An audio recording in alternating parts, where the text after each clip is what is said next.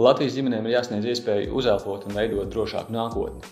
Joprojām liela daļa Latvijas ģimeņu dzīvo ekonomiskas spriedzes apstākļos. Tas nozīmē, ka ģimenes nespēja samaksāt savus ikmēneša rēķinus, nespēja savilkt galus kopā, nespēja, piemēram, aiziet pie zobārsta. Starp tām ģimenēm, kam nabadzības risks ir vislielākais, pārsvarā ir seniori, kas dzīvo vieni paši, tās ir ģimenes, kur ir tikai viens vecāks, vai arī daudz bērnu ģimenes. Viens no iemesliem, kāpēc šāda veida nabadzības riski pastāv, ir tas, ka ilgstoši nav pārskatīti pabalsti, un te, protams, arī daļu atbildības ir jāuzņemas esošajai koalīcijai un valdībai. Lai arī nodokļu reforma, ko esam pieņēmuši, noteikti būs solis pareizajā virzienā, tomēr ir vēl vismaz divi risinājumi, pie kuriem ir nepieciešams strādāt jau šobrīd. Viens no tiem ir pabalstu pārskatīšana un palielināšana, it īpaši jaunajām ģimenēm.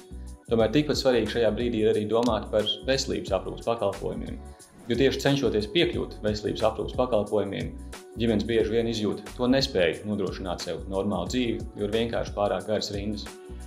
Tieši tāpēc progresīvie 2025. gadā kā galveno politisko prioritāti izvirza darbu pie ģimeņu dzīves kvalitātes uzlabošanas.